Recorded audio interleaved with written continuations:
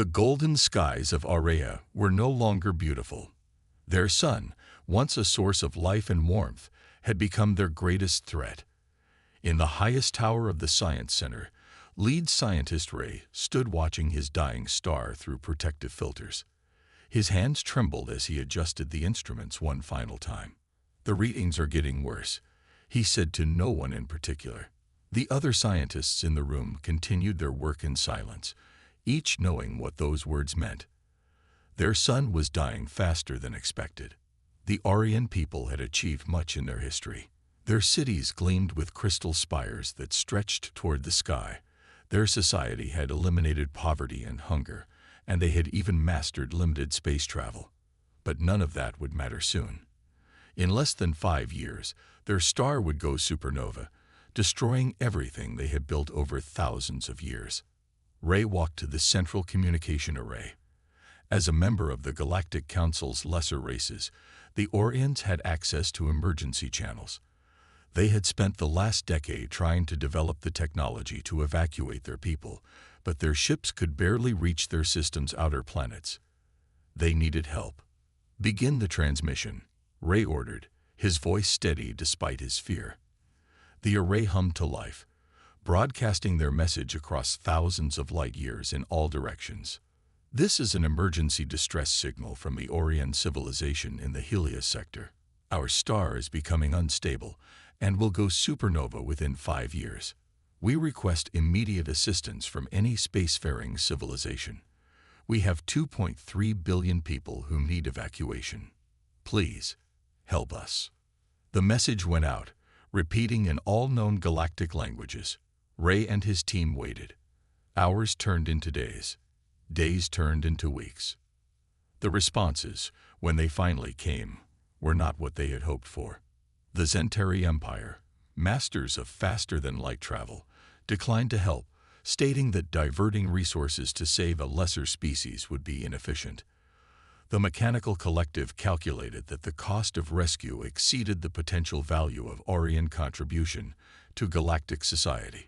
Even the supposedly compassionate unity of enlightened beings sent only a brief message expressing their spiritual sympathy for the Orion situation. Ray spent his nights staring at the communication array, watching for any sign of help. His people had begun to lose hope. The government had started lottery systems to determine who would get seats on their few space vessels, though everyone knew these ships couldn't travel far enough to truly save anyone. 3 months after sending their distress signal, something unexpected happened. A new response came through, its origin marking it as from the edge of known space. The signal was crude by Galactic Council standards, using old-fashioned radio waves boosted through primitive relay stations. Ray rushed to decode the message, his heart beating faster as the translation appeared on his screen. "To the Orion civilization, this is Earth Command responding to your distress signal. We have received your call for help. Our technology may be behind many other galactic civilizations, but we have vessels capable of reaching you in 3 years. We are preparing a rescue mission. Please hold on. We are coming." The message was simple, lacking the flowery diplomatic language of the council races. Ray read it again and again, hardly daring to believe it. He had heard of humans before. A young species that had barely reached the stars. Most council races considered them primitive, barely worth noting in galactic affairs. Yet they were the only ones who had offered real help. Ray looked out at his dying star once more, but this time with a spark of hope in his chest. He didn't know if these humans could really help them, or if they would even survive the journey. But they were trying. That was more than any other civilization had offered. He pressed the transmit button, sending back a simple response. "Thank you. We will wait for you." The fate of his entire civilization now rested in the hands of a species that most of the galaxy ignored. Ray could only hope that their determination would be enough. The main hall of Earth Command buzzed with activity. Large screens displayed the image of a dying star and the details of the Orion distress signal. Captain James Walker stood at attention before the Emergency Response Council, his weathered face showing no emotion as the debate raged on. "It's impossible. Admiral Peters slammed his hand on the table. The Hope Seeker is our best colony ship, but even with its advanced engines, the journey would take 3 years. We've never attempted a mission of this length. First Officer Lisa Reed, standing beside Walker, stepped forward. With all due respect, Admiral, impossible doesn't mean we shouldn't try. 2 billion lives are at stake. The room fell quiet. The Hope Seeker had been meant to establish humanity's first deep space colony. Now its captain and first officer were volunteering for what many considered a suicide mission. The ship's engines weren't designed for continuous maximum burn. Technical Director Wilson warned, pointing to the data on his tablet. You'd be pushing them far beyond safety limits. Lisa pulled up her own calculations on the main screen. I've worked with Engineer Miller on a plan. If we modify the engines during the flight and use the ship's backup systems, we can maintain the speed we need. Walker looked at the faces around the table. Every civilization in the galaxy has turned their backs on these people. They're more advanced than us in many ways, but that doesn't matter. What matters is they need help, and we can try to give it. The council members exchanged glances. Earth had only recently joined the galactic community. Many worried about how this mission would look if it failed. The cost alone would bankrupt our space program, someone muttered. President Chen, who had been quiet until now, stood up. What's the cost of doing nothing? Of letting an entire civilization die when we could have tried to help? She paused, looking each council member in the eye. Earth became unified because we finally learned to help each other. We can't forget that lesson now that we've reached the stars. The next hours passed in a blur of activity. The Hope Seeker, docked at the lunar station, would need to be completely refitted. Its colonial equipment would be replaced with rescue pods and emergency supplies. Every nation on Earth pledged resources. In the ship's loading bay, Walker watched as crews worked around the clock. Engineer Tom Miller supervised the engine modifications, his face streaked with grease as he tested new power configurations. Dr. Robert Clark organized the medical bay, preparing for the unknown effects of such a long journey. Lisa found Walker staring at the crew manifest. 300 volunteers, when they had only asked for 50. They all know the risks, she said quietly. That's what worries me. Walker turned to his first officer. We might not make it back, but we have to try. Lisa smiled. That's what humans do, isn't it? The impossible things. A message arrived from Galactic Central. The advanced civilizations had learned of Earth's rescue attempt. Most called it foolish. Some suggested it would prove humans were too reckless to be trusted with space travel. A few openly mocked the effort.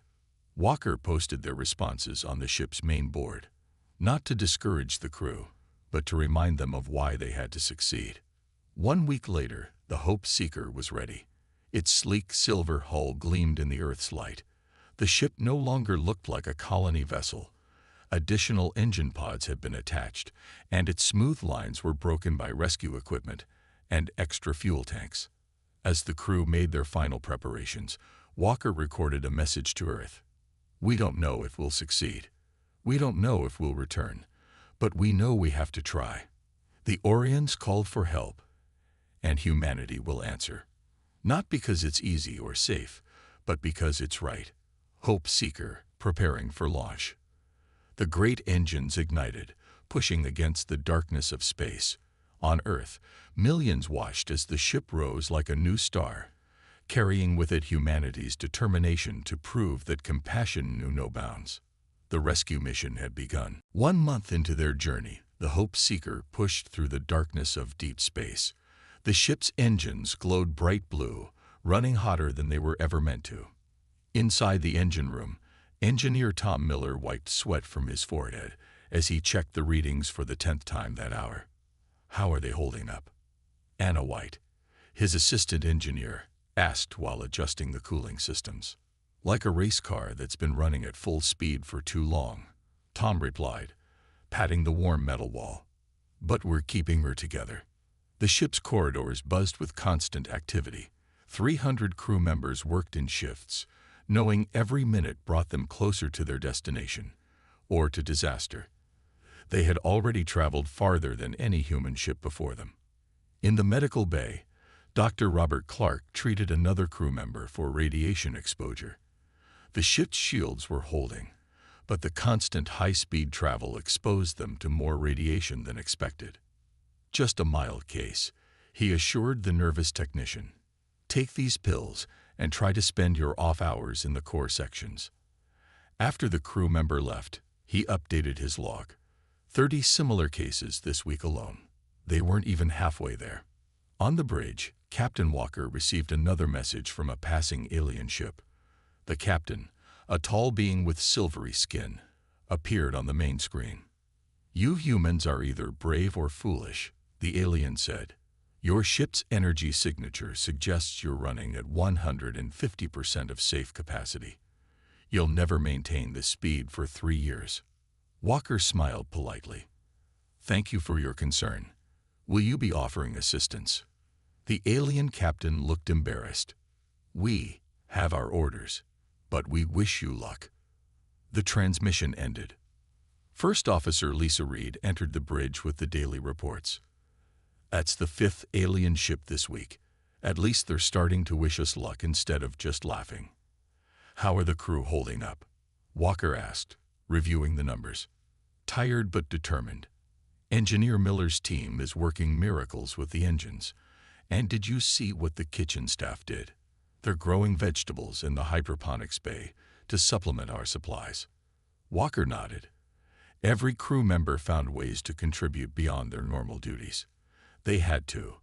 Their supplies were limited, and they couldn't stop for resupply without losing precious time. In the ship's observation lounge, off-duty crew members gathered to watch the stars.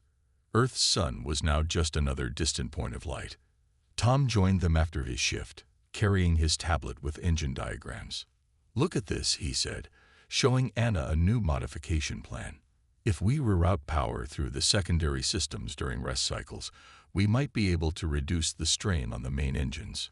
That would mean no gravity in the cargo sections for 6 hours a day," Anna pointed out. "Better than no engines at all," Tom replied. They both knew the engines weren't designed for this kind of sustained power output. Every day brought new problems to solve. That night, during the quiet shift, Captain Walker recorded his personal log. Day 32. "The crew continues to amaze me. Everyone knows the risks. Our engines could fail, our shields could drop, or we might simply run out of supplies. But no one talks about turning back. Yesterday, I found Dr. Clark studying Orion biology in his free time, preparing for our arrival. Engineer Miller sleeps in the engine room, refusing to be more than a minute away from his beloved engines. First Officer Reed keeps everyone's spirits up with her quiet confidence. We received word that some alien ships are following us at a distance, probably waiting to see if we fail. They don't understand. Humans don't know how to give up, especially when others need our help. Every time I look at the crew, I'm reminded of why we're out here. The Hope Seeker carries more than just supplies and rescue equipment. It carries humanity's message to the galaxy. No one gets left behind, not on our watch." As the ship pushed deeper into unknown space, its engines burning bright against the darkness, the crew settled into their routines. 2 years and 11 months of travel still lay ahead, but they had already proven one thing. Humans didn't need to be the most advanced species to be the most determined. 18 months into their journey, alarms blared through the Hope Seeker's corridors. Red warning lights flashed as Engineer Tom Miller ran toward the main reactor, his face grim. The ship had just entered a dense radiation field, and the strain on their already stressed engines was reaching critical levels. "Status report." Captain Walker's voice crackled over the comm system. "Main reactor is overheating," Tom responded, his hands flying over control panels. "The radiation field is affecting our cooling systems. We need to shut down the engines or—" A violent shudder ran through the ship. Anna White's voice came from the auxiliary control room. "We're losing power to sections 5 through 8. Life support is failing in those areas." First Officer Lisa Reed organized emergency teams through her tablet. All crew members in affected sections moved to the central areas immediately. This is not a drill. In the medical bay, Dr. Clark and his team worked frantically to move patients away from the failing sections. The ship's lights flickered ominously as they wheeled the last bed through the emergency doors. Tom studied the reactor readings with growing horror. The safety systems were failing. If they shut down the engines now, they'd lose years of travel time. If they didn't, the reactor might explode. "Captain," he called over the comm, "there's only one way to save the ship. The reactor needs manual adjustment to stabilize, but the radiation levels in there." He didn't finish the sentence. Everyone knew what those radiation levels meant. "No." Anna grabbed his arm. "There has to be another way." The ship shuddered again. More warning lights flashed on the panels. "I can do it," Tom said quietly. 10 minutes in there should be enough to stabilize the systems. The radiation suit will give me 8 minutes of good protection." Captain Walker's voice was heavy. "Engineer Miller, I can't order you to." "You don't have to, sir." Tom was already putting on the radiation suit. "We've got 2 billion people counting on us. What's one life compared to that?"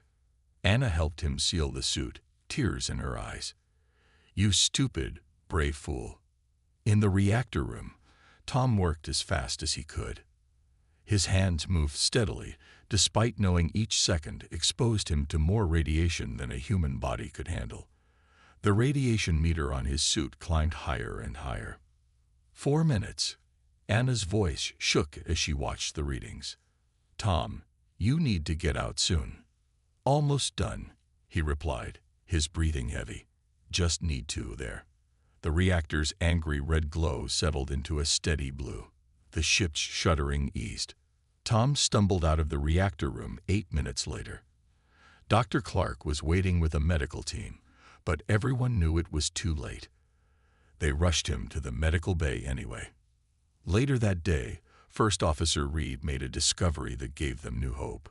"Captain," she called from her station, "I've been studying the star charts. There's a neutron star ahead of us.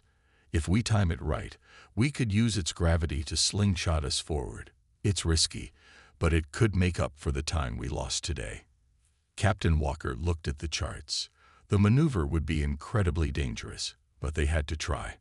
He thought of Tom, fighting for life in the medical bay, and made his decision. "Plot the course," he ordered. "We're not giving up." That night, the crew gathered in the ship's main hall. Tom's radiation suit hung on the wall, a reminder of his sacrifice. Dr. Clark had made him comfortable, but everyone knew he had only days left. Captain Walker addressed the crew. "Today we lost more than an engineer. We lost a hero. But Tom Miller didn't just save our ship. He saved our mission. We will complete this journey. We will reach the Orions. We will show the galaxy that humanity doesn't abandon those in need." He paused, looking at each crew member. "The council races think we're primitive because our ships aren't as advanced, our weapons aren't as powerful, and our technology isn't as sophisticated. But today proved what we've always known. Humanity's greatest strength isn't in our machines. It's in our hearts, in our determination, and in our willingness to sacrifice for others." The Hope Seeker continued its journey, its engines now running smoothly thanks to Tom's sacrifice. Ahead lay the neutron star and their riskiest maneuver yet, but no one talked about turning back. They had a promise to keep. After 3 years of travel, the Hope Seeker entered the Orion system. The dying star filled the main view screen, its angry red glow casting an eerie light across the bridge. Captain Walker stood at the command station, his uniform worn from years of continuous wear, his eyes fixed on the screen. "Final approach readings," First Officer Lisa Reed announced, her voice tight with emotion. "Local time shows we have 5 months and 18 days before the star goes supernova." The bridge crew watched as their sensors revealed the scale of their mission. Orion cities covered 3 continents on their homeworld. Billions of people going about their lives under the shadow of their dying sun. "My God," Dr. Clark whispered. The report said 2.3 billion people, but seeing it, He trailed off, overwhelmed by the enormity of their task. David Cooper, the ship's AI specialist, worked frantically at his station. "Captain, I'm picking up multiple transmissions. The translation software is adapting to their language patterns." A message cut through the static. "Unknown vessel. This is Orion Space Control. Please identify yourself." Walker straightened his uniform. "This is Captain James Walker of the Earth vessel Hope Seeker. We received your distress call. We're here to help." Silence filled the channel for a long moment. Then, a response came in a voice thick with emotion. "Earth vessel, you actually came." Suddenly, multiple new contacts appeared on their sensors. Sleek ships dropped out of faster-than-light travel around them. Vessels of the Galactic Council races. Well, a smooth voice cut in on their channel. The primitive humans actually made it. The speaker was the ambassador from the Zentari Empire. "We came to observe this interesting attempt at rescue." Walker ignored the condescension in the alien's voice. "Since you're here, I trust you'll help with the evacuation." "We are merely observers," another council race representative responded. "This is your mission, after all." Lisa's hands clenched at her station, but Walker remained calm. "David, establish a direct link with Orion Control. Let's start planning the evacuation." The next hours were a blur of activity. David's translation software helped them communicate clearly with the Orions.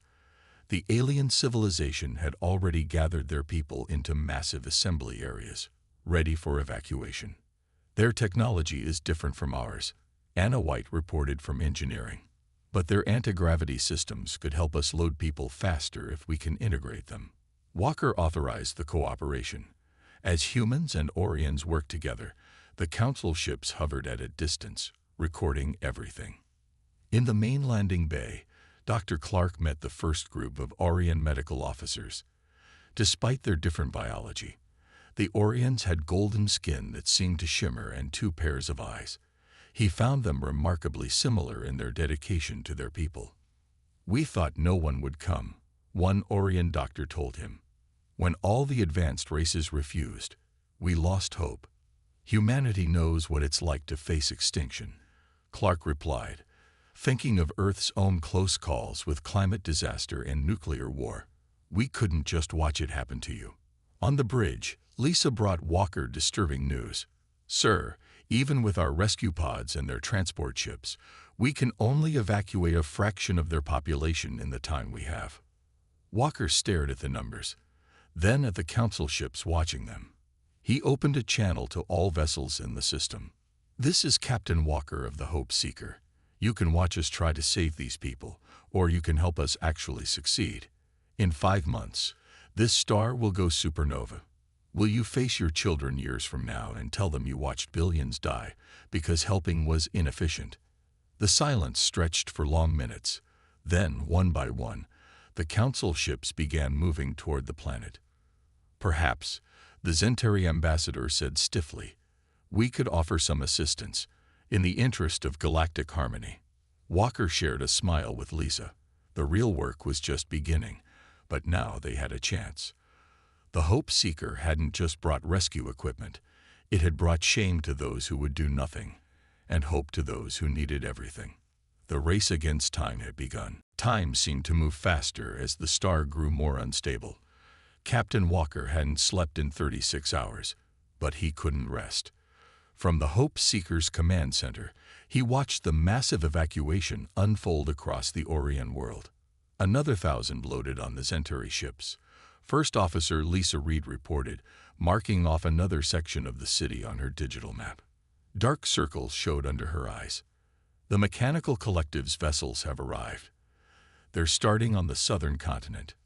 The Hope Seeker had become the heart of the rescue operation. Human determination had shamed the advanced races into action, and now hundreds of ships filled the skies of the dying world.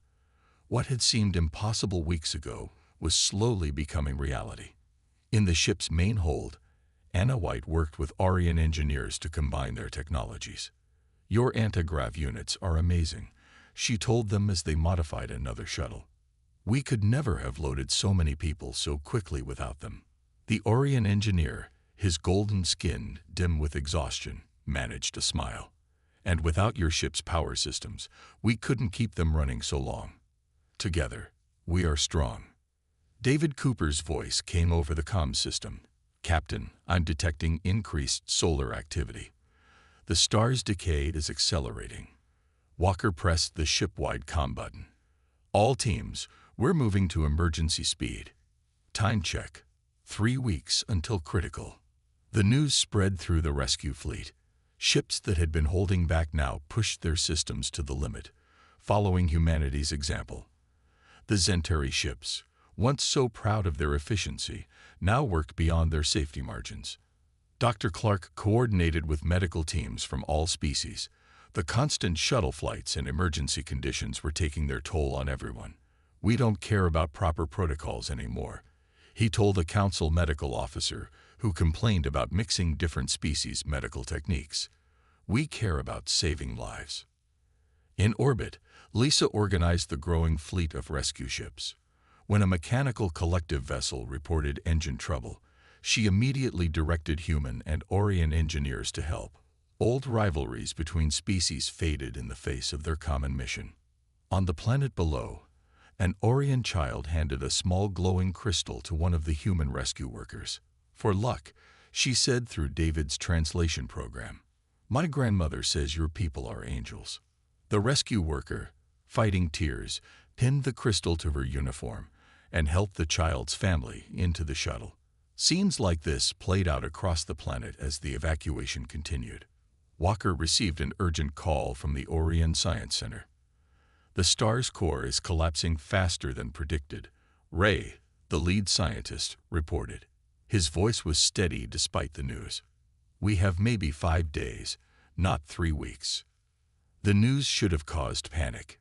Instead, it sparked something else. Pure human stubbornness, now spread to every species involved in the rescue. All ships, this is Captain Walker. The timeline has changed. We have 5 days. I know we're all tired. I know we're all pushing our limits, but we didn't come this far to fail now. Every ship, every shuttle, every person, give it everything you've got. The response was immediate. Ships that had been waiting for maintenance launched again. Council races that had held back their best ships now sent them forward. The Hope Seekers' example had taught them all what real courage looked like. In the chaos of the evacuation, moments of beauty emerge. Orion children sang ancient songs in the ship's halls. Council race crews learned human emergency procedures. Species that had looked down on each other for centuries worked side by side. As the star grew more volatile, Lisa found Walker on the bridge. "Sir, at current evacuation rates, we'll get everyone off in 6 days." "We have 5, Walker replied quietly. Lisa straightened her uniform. "Then we'd better work faster." Across the Orion world, rescue teams pushed harder. The impossible deadline loomed, but humanity had already done the impossible just by reaching them. Now, with the combined strength of every willing species, they had one last miracle to perform. The dying star flared again, marking the countdown's steady advance. But on every ship, on every shuttle, and in every rescue team, determination burned even brighter. The last shuttle lifted off from the Orion surface as the star began its final collapse. Captain Walker stood at his command station, watching the readings with intense focus.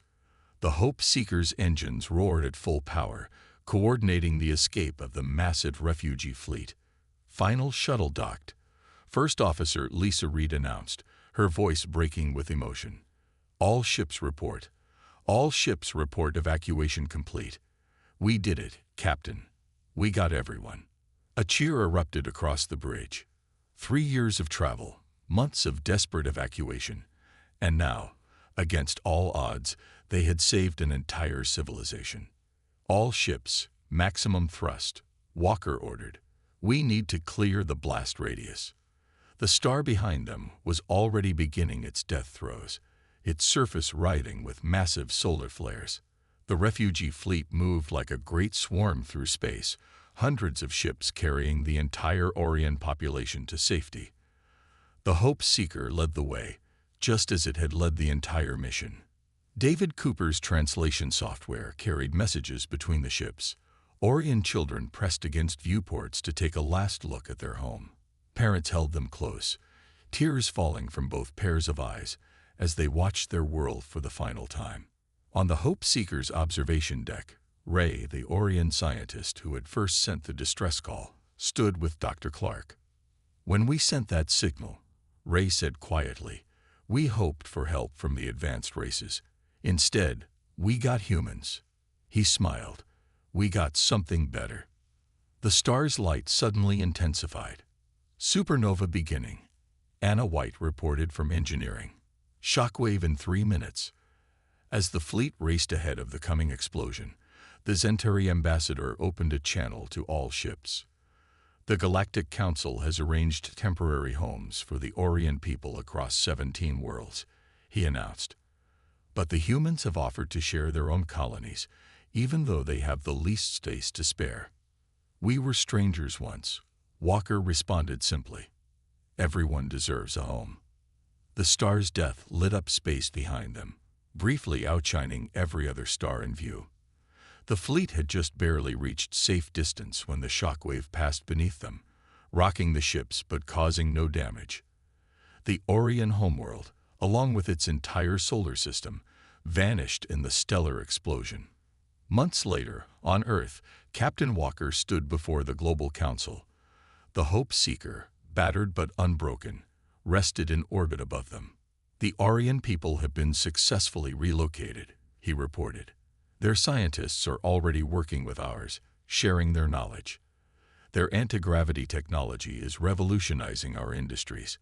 But more importantly, we gained something else from this mission." He gestured to the new display on the wall. Earth's status had been upgraded in the Galactic Council. No longer listed as a developing species, humanity had been recognized for its unique strength. The advanced races had better ships, better technology, and safer options, Walker continued. But we had something they'd forgotten: the willingness to help others at any cost. They called us primitive because our technology was younger.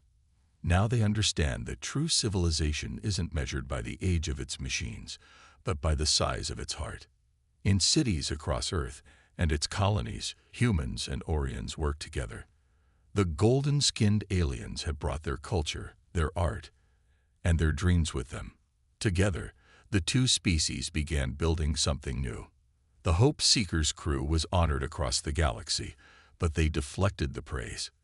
"We just did what humans do," Lisa would tell reporters. "We saw someone needed help, so we helped." In the Galactic Council chambers, a new monument was erected.